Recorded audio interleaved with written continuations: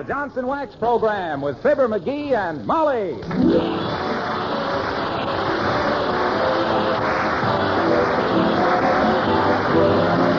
The makers of Johnson Wax products for home and industry present Fibber McGee and Molly, written by Don Quinn and Phil Leslie, with music by the King's Men and Billy Mills Orchestra.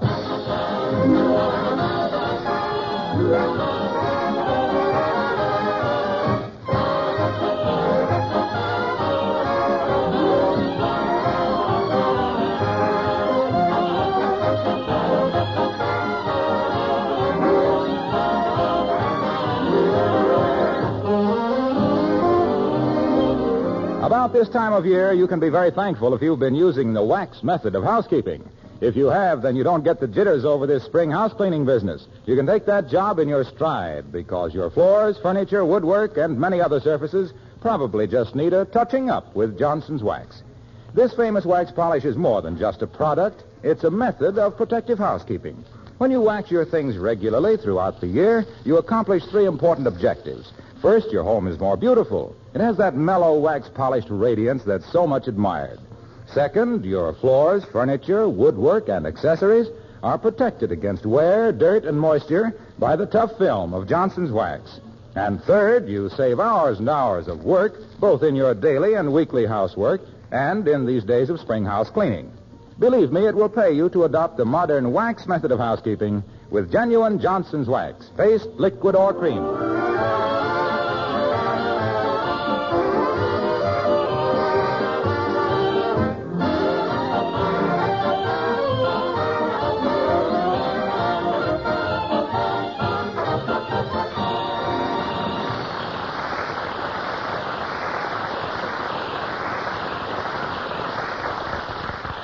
Newspaper delivery boys have a little game they play called Let the Old So-and-so Look for It.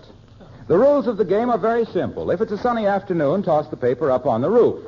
If it's raining, throw it in the gutter. But the most fun is when there's deep snow on the ground. Then they can throw the paper almost any place, and it won't be found until spring, if ever. Well, the game is on at 79 Wistful Vista. And guess who's it? Yep, Fibber McGee and Molly.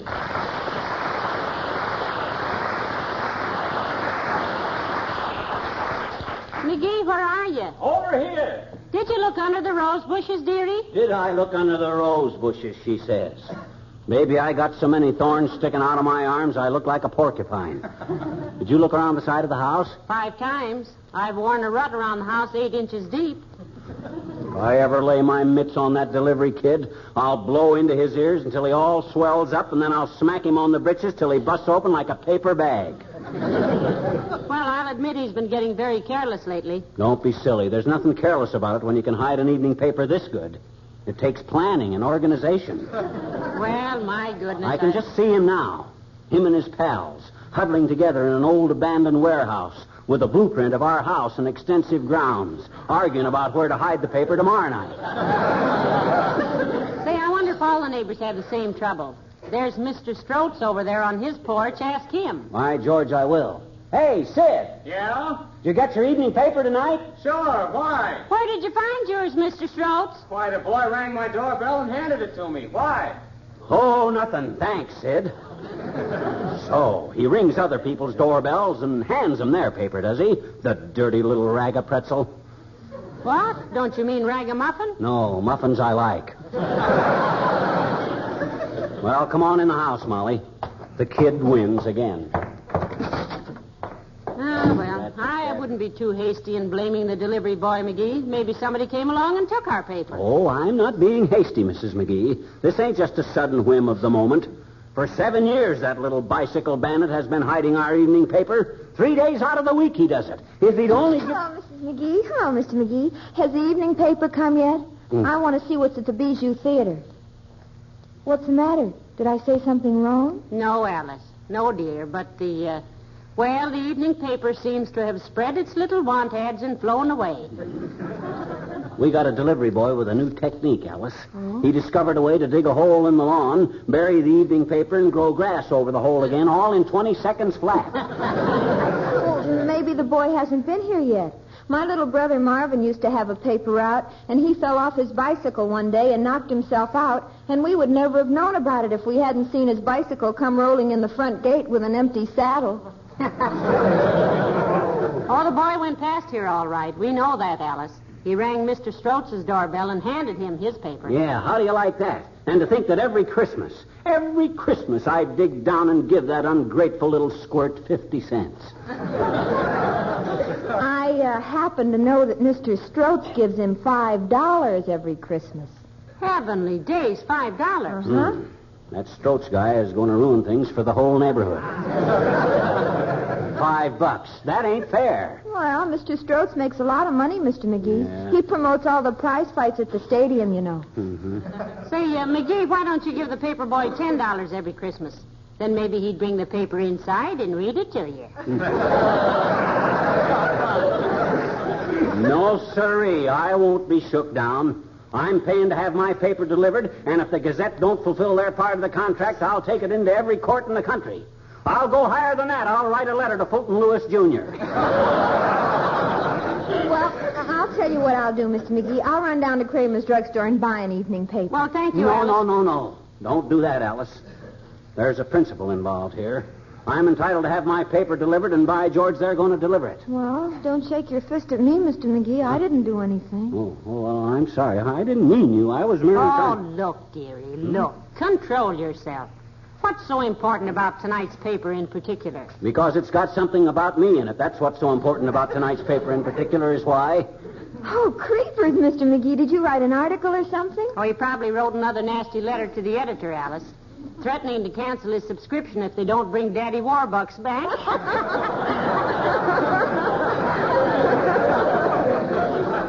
On the contrary, girls, I gave the Wistful Vista Gazette an important scoop.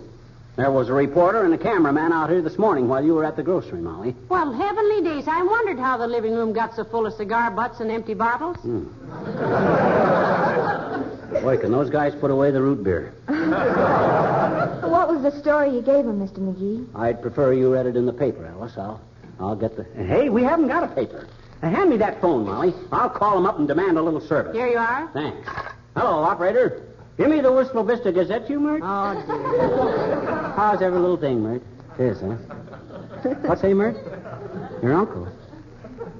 Found $4,000 when he was digging in his victory garden. 4,000, sure enough? Why the southern accent, Mr. McGee? It was Confederate money. What's say, Mert? Okay, I'll call later. Line's busy. Tell us, McGee, what was the big scoop you gave the Gazette? Oh, I don't want to tell. You'll read about Oh, please, Mr. McGee, tell us. What was it? Come on. it. Well, all right. But you coaxed me. Yeah. I was looking out the front window this morning, and I saw it. Saw what, dearie? An accident? A murder? Hit and run? A robbery? No. The first robin. You'll read about it in the... Hey, we got to get a paper. Get your hat, Molly. We're going to go down to that Gazette, and I'll tear that joint apart if we don't...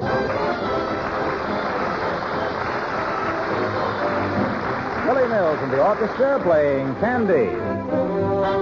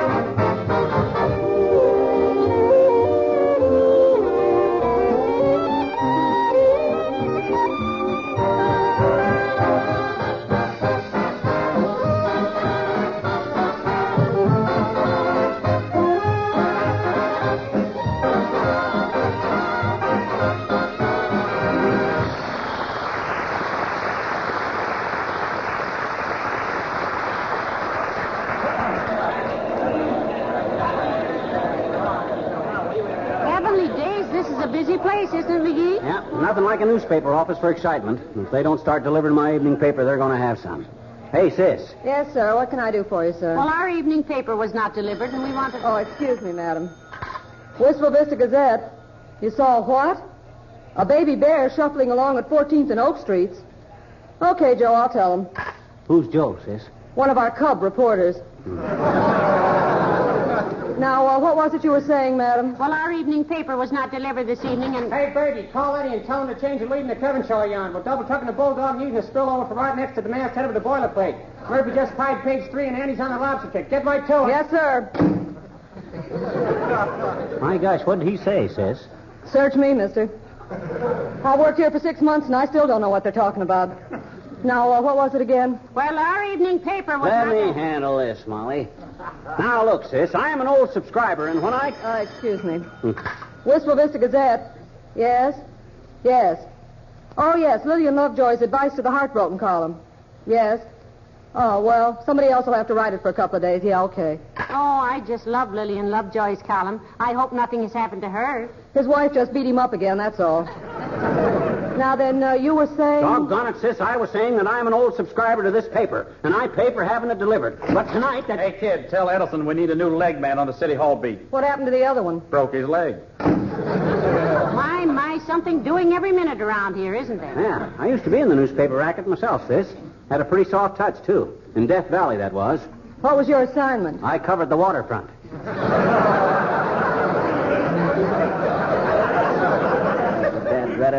Now, looky here, sis. If this half-baked, illiterate rag don't want a lawsuit on its hand, they'd better do... I think you'd better see the managing editor, sir. Right to that door there. Thank you very much. Come on, McGee.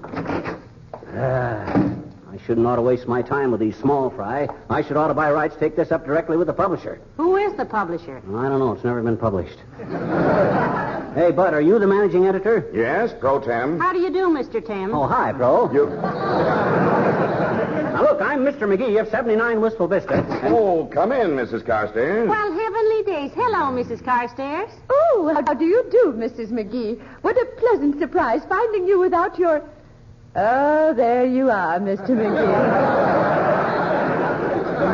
Hi, Carsty. Aren't you a little out of your league messing around with these newspaper stumblebums? Mrs. Carstairs occasionally drops in to assist Mrs. Rice, our society editor, Mr. McGee. Isn't that interesting? You know, I always read the society column myself, and when I saw the item last night about Betty Swizzlestick getting engaged to Mortimer Borden Eggworthy III, why, I was so thrilled I almost burnt the hamburgers. Well, my dear, I feel that with my entree to the homes of our better element, I can better assist in discouraging the nouveau riche in their aspirations to social ascendancy. How was that again, Mrs. Carstairs? She says that being able to crash the Crumpet Group herself, she can put the slug on the hoi polloi with a fast-folding dough when they try to mingle it with the Mayflower mouth. Slap me down if I called it wrong, Kirsty. It was admirably, if a trifle crudely expressed, Mr. McGee. You see, we of the social register feel that family background and good breeding are so much more important than the possession of mere money. What's so darn mere about money? I know exactly what she means, McGee. She just hates to see the 400 marked down to 398.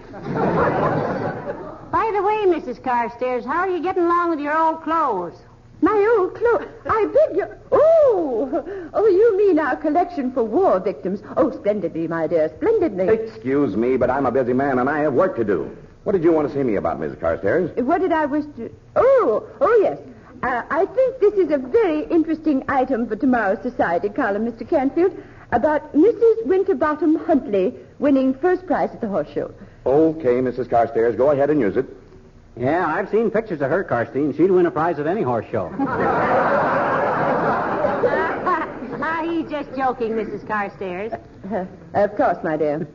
However, I must say that the resemblance to dumb animals is not exclusive with any one section of society. Good day. What did she mean by that last crack? Was she incinerating Excuse me, Mr. McGee.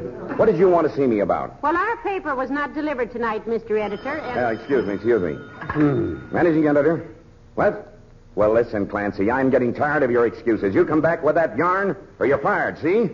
Important story, Bud? No, my wife is trying to finish knitting a sweater, and I sent one of the boys out for some more wool. Now, what was your trouble? Well, our paper wasn't delivered tonight, and we thought... I'm paying to have my paper delivered, Bud, and by George... Hey, where's the managing editor? I'm the managing editor. What's on your mind? I want to report a crime. I was walking up Oak Street, you see, and... Oh, hello, Molly. Hi, Fibber. Hello, Mr. Wilcox. Hi, Junior. What was it, a shooting? Reason I asked was... Please, let the man talk.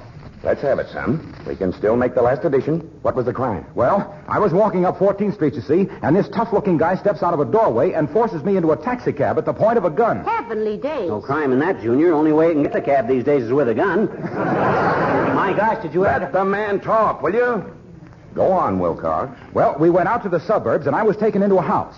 Nice house, too, except the kitchen linoleum was faded and worn and in very bad shape. Well, sir, I said to the man, what do you want with me? And he said, you represent the Johnson Wax mob, don't you? And I said, yes. Since when did anybody have to force you to admit that, Waxy? I never knew you were the... Pipe down, will you, McGee? Okay. Go on, son. Well, the guy said, tell me what to do about this linoleum. And I did. I said, get some Johnson self-polishing glow coat. I said, pour out a little, spread it around, and let it dry. You'll be surprised what glow coat will do to bring back the sparkle and beauty of linoleum.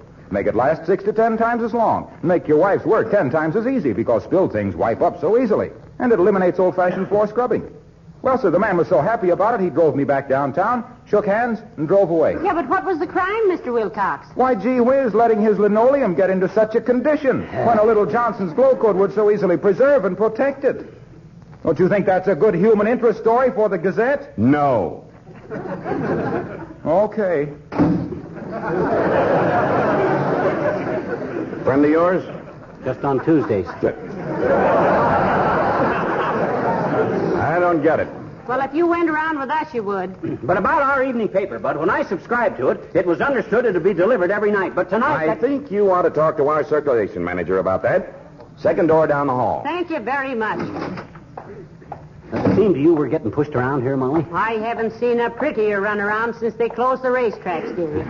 Well, I'm beginning to burn. That's what I'm beginning. Here I go, give them a swell scoop about seeing the first robin. Oh, McGee, look who's coming down the hall. Where? Oh, hi, Beulah. Well, for goodness sakes, my people.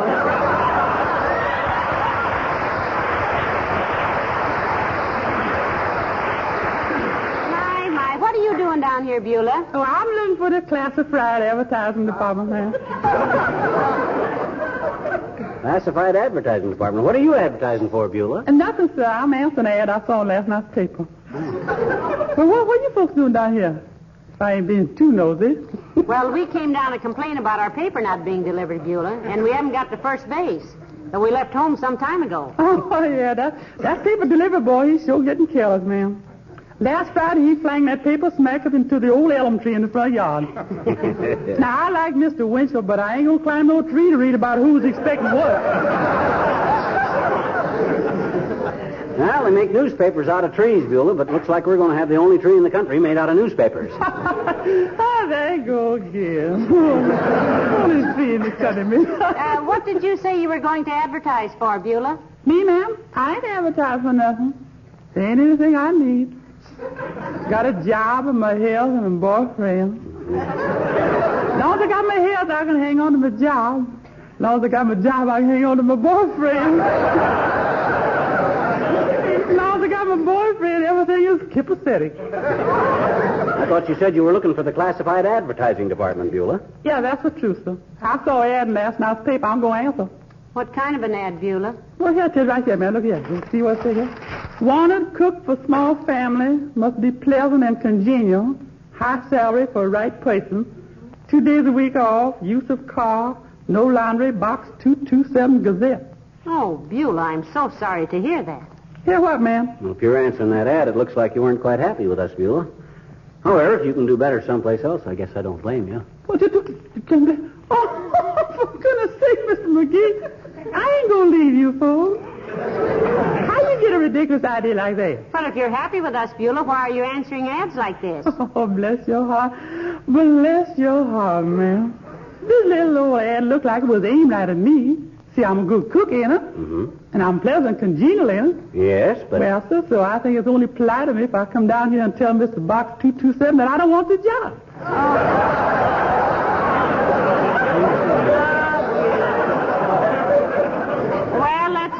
courteous of you, Beulah. Yeah, you had me scared there for a minute, though, Beulah.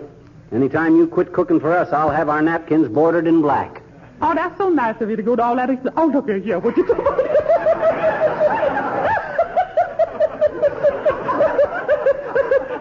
Hello there, man.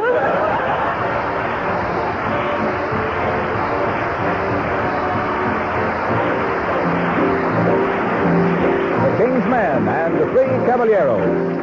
Three caballeros, three gay caballeros, they say we are birds of a feather. We're happy amigos, no matter where he goes. The 1, 2, and 3 goes, we're always together. 1, 2, 3. Somos los tres charros, los tres caballeros, y nadie se iguala a nosotros. Felices amigos, siempre vamos juntos. Donde va primero, van siempre los otros. Yeah, yeah. Oh, oh, oh, we have the stars to guide us. Guitars here beside us, to play as we go.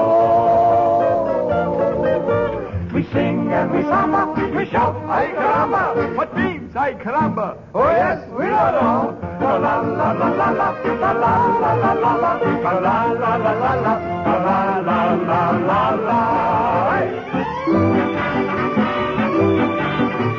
Three happy chappies with snappy serappies, you'll find us beneath our sombrero. We're brave and we'll stay so, bright as a peso. Who says so? We say so. The Three Caballeros.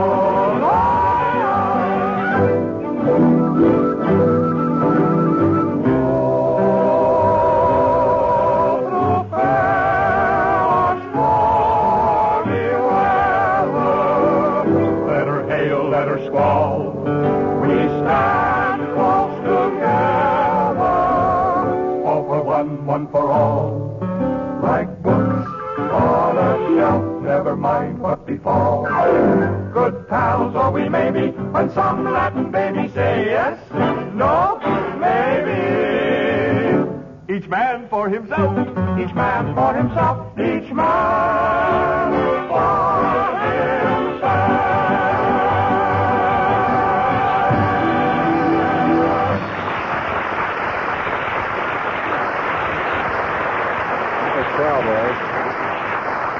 Which door down the hall did that guy say, Molly? Third, wasn't it?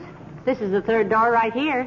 Come on in. Okay. Yes. What was it you wanted, please? Circulation department, sis. We were looking It's the next door to the left, sir. Oh, here. Now, what's the matter, dear? What's wrong? Nothing, madam. This is the comic strip department. Dick Tracy is caught in that boxcar. Orphan Annie is on the lam again. Dagwood can't get any sleep. It's just trouble.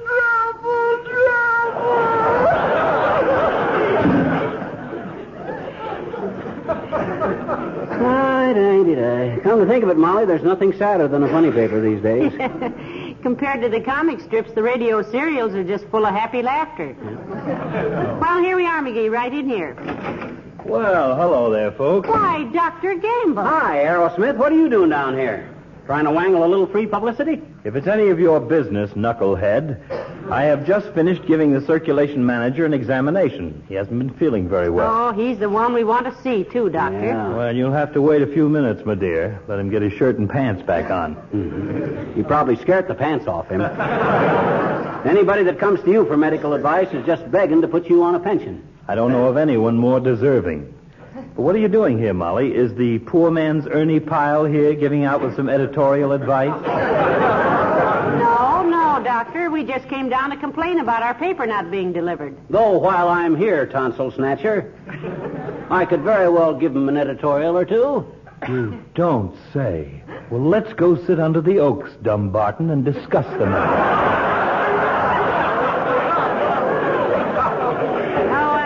Doctor, himself here has a wonderful idea for permanent peace in the world. I would dearly love to hear it. The solution has eluded the best minds of the past few centuries. It'd be just like a little peasant like him to pop up with the answer. And I got the answer, too. Look, Germany starts all the wars, don't she? Yeah. Well, I'd take Germany and call it Switzerland, see?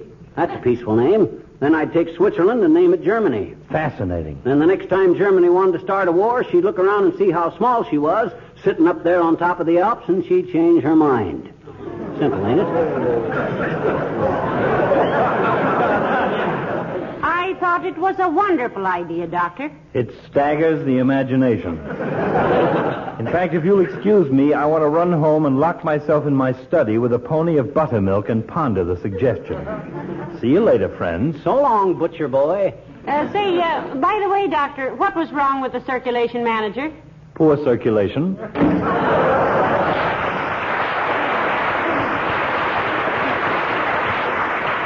You know what, Molly? I might apply for a job as a political analyst on this newspaper. Yes, you might indeed, dearie. And you've got a 50% chance of getting it, too. Do you really think so? I certainly do. They'll either say yes or no, which gives you an even break. Yeah. They might even send me to Europe as a foreign correspondent. You wish to see me? Are you the circulation manager? Yes, madam. Well, what do you know? We finally got to somebody that can give us an answer. Now, look, Bud, I've been subscribing to your evening Wahoo for a long, long time now, see? And when I pay for having a paper delivered, I want it delivered. You haven't been getting your paper? Well, if we got it tonight, it was printed on cellophane and delivered by the Invisible Man. If you guys want a lawsuit on your hands for breach of contract, you can have it. My patience is just about exhausted, Bud. And by George... Just a minute, please. What was the name? The Wistful Vista Gazette. We've been subscribing to it. No, madam. Your name. Oh, Fibber McGee. One moment. I'll look in the file. M. Oh, here we are. Fibber McGee of 79 Wistful Vista? That's right. Now, none of your phony alibis either, too, Bud. They hand the guy across the street's paper to him, Sid Strokes, and I'm sick and tired of... Excuse me, Mr. McGee. According to our files, your subscription expired 3 weeks ago. Really? We delivered up to last night as a courtesy. You were sent 3 notifications which you ignored. Oh, for goodness sakes. Oh, my gosh. Well, gee whiz. Well, what do you know about that? Well, I'll write you a check, Bud. Now, start delivering it again tomorrow. Sorry, sir. Under present conditions, we are taking no new subscribers. Oh, this is ridiculous.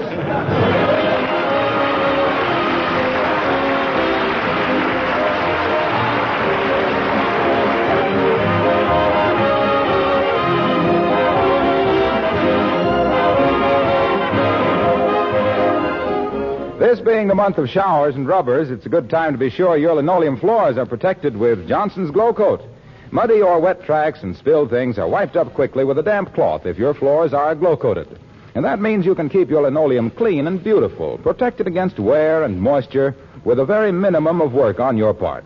It's so easy to use Johnson's self-polishing Glow Coat. You simply apply and let dry. And in 20 minutes, without any rubbing or buffing, your floors have taken on a beautiful polish. The colors of the linoleum fresh and bright. The regular use of Glow Coat will add greatly to the life of your linoleum. And that's very important in these times. If you're not already using Johnson's Glow Coat, try some, won't you?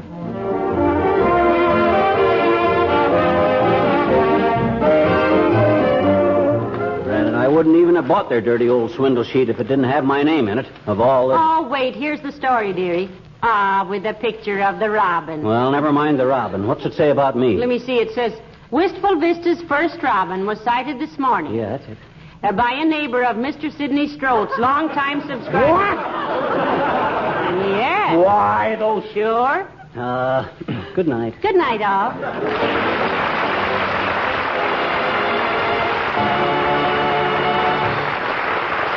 This is Harlow Wilcox, speaking for the makers of Johnson Wax Finishes for Home and Industry, inviting you all to be with us again next Tuesday night. Good night. This is the National Broadcasting Company.